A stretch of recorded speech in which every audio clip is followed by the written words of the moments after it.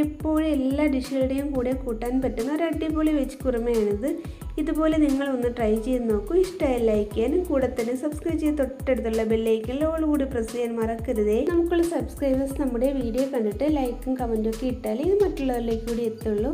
Please ഒന്ന് support ചെയ്യണേ. എല്ലാവർക്കും ഷാബാസ് കിച്ചൻ്റെ മറ്റൊരു വീഡിയോയിലേക്ക് സ്വാഗതം.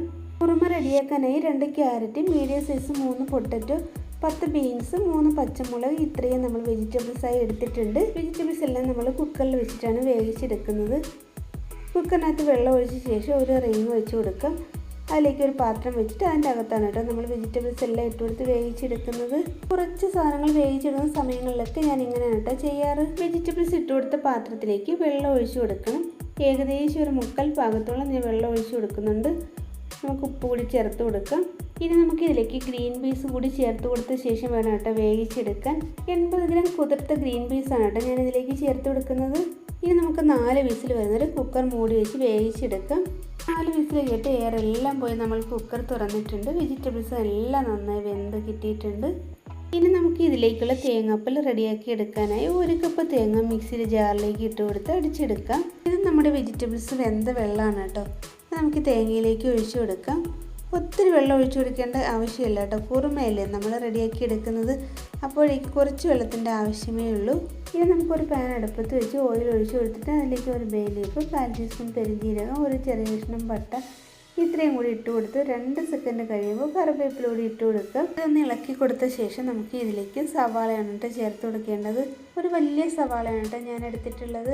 സവാള ഒത്തിരി ഒന്ന് വഴന്ന് പോകണ്ട കേട്ടോ. അത് ഈ പരുവാകുമ്പോഴത്തേക്കും നമുക്ക് ഇതിലേക്ക് ഒരു തക്കാളി കൂടി ചേർത്ത് കൊടുക്കാം. തക്കാളി അതുപോലെ തന്നെ കേട്ടോ, ഒത്തിരി വഴയേണ്ട ആവശ്യമൊന്നുമില്ല. തക്കാളി ചേർത്തൊന്ന് മിക്സ് ചെയ്ത് കൊടുത്ത ശേഷം നമുക്കിതിലേക്കുള്ള പൊടികൾ ചേർത്ത് കൊടുക്കാം. 1/4 ടീസ്പൂൺ മഞ്ഞൾപ്പൊടി, 1/2 ടീസ്പൂൺ മുളക് പൊടി, 1/2 ടീസ്പൂൺ എടുത്തിട്ടില്ല കേട്ടോ, 1/4 ടീസ്പൂൺ അല്പം കൂടി എടുത്തിട്ടുള്ളൂ മല്ലിപ്പൊടി, 1/4 ടീസ്പൂൺ ഗരം മസാല, ഇത്രയും കൂടി നമുക്ക് ഇതിലേക്ക് ചേർത്തൊന്ന് മിക്സ് ചെയ്ത് കൊടുക്കാം. എല്ലാം കൂടി നന്നായി മിക്സ് ചെയ്തെടുത്തിട്ടുണ്ട്. ഈ സമയം ഇതിലേക്ക് നമ്മൾ 2ാം പാലാണ് കേട്ടോ ചേർത്ത് കൊടുക്കുന്നത്. ഇതിലേക്ക് വേവിച്ച് വെച്ചിട്ടുള്ള വെജിറ്റബിൾസ് എല്ലാം ചേർത്തൊന്ന് നന്നായിട്ട് മിക്സ് ചെയ്ത് കൊടുക്കാം. നമുക്ക് ഇതിലേക്ക് ആവശ്യത്തിനുള്ള ഉപ്പ് കൂടി ചേർത്ത് കൊടുക്കാം. നമ്മൾ വെജിറ്റബിൾസ് വേവിച്ചപ്പോൾ ഉപ്പ് ചേർത്തിട്ടാണ് വേവിച്ചെടുത്തത്. കുറച്ച് ഉപ്പ് ചേർക്കാം കേട്ടോ, പിന്നെ നമുക്ക് വേണമെങ്കിൽ ചേർത്ത് കൊടുക്കാം. ഉപ്പെല്ലാം പാകത്തിനുണ്ട് കേട്ടോ.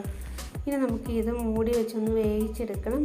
4 മിനിറ്റ് 2ാം പാലിൽ നന്നായി ഒന്ന് വെന്ത് വരട്ടെ കേട്ടോ. ഇനി നമുക്കിത് തുറന്ന് നോക്കാം. ഇതേ കണ്ടില്ലേ, നന്നായി വെന്ത് കുഴഞ്ഞ് വന്നിട്ടുണ്ട്. ഈ സമയം നമുക്കിതിലേക്ക് 1ാം പാല് ചേർത്ത് കൊടുക്കാം. 1ാം പാല് ചേർത്ത് കൊടുത്തിട്ട് ലോ ഫ്ലെയിമിൽ വെച്ചിട്ട് 1-2 മിനിറ്റ് ഇതുപോലെ ഇളക്കി കൊടുക്കണം.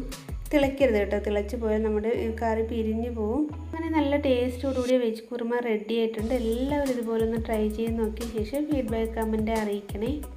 അപ്പോൾ ഇന്ന് ഞാൻ അപ്പത്തിൻ്റെ കൂടെയാണ് കേട്ടോ ഈ കറി റെഡിയാക്കി എടുത്തിട്ടുള്ളത്. നിങ്ങൾ തരുന്ന ഓരോ കമൻറ്റിലും ലൈക്കിൽ മാത്രമേ നമുക്ക് മുൻപോട്ട് പോകാൻ പറ്റുള്ളൂ. അപ്പോൾ നമ്മൾ എല്ലാവരും ഓരോ ലൈക്കിനും സപ്പോർട്ട് ചെയ്യുക. അടുത്ത വീഡിയോയിൽ വരുന്നവരെ എല്ലാവർക്കും ബൈ.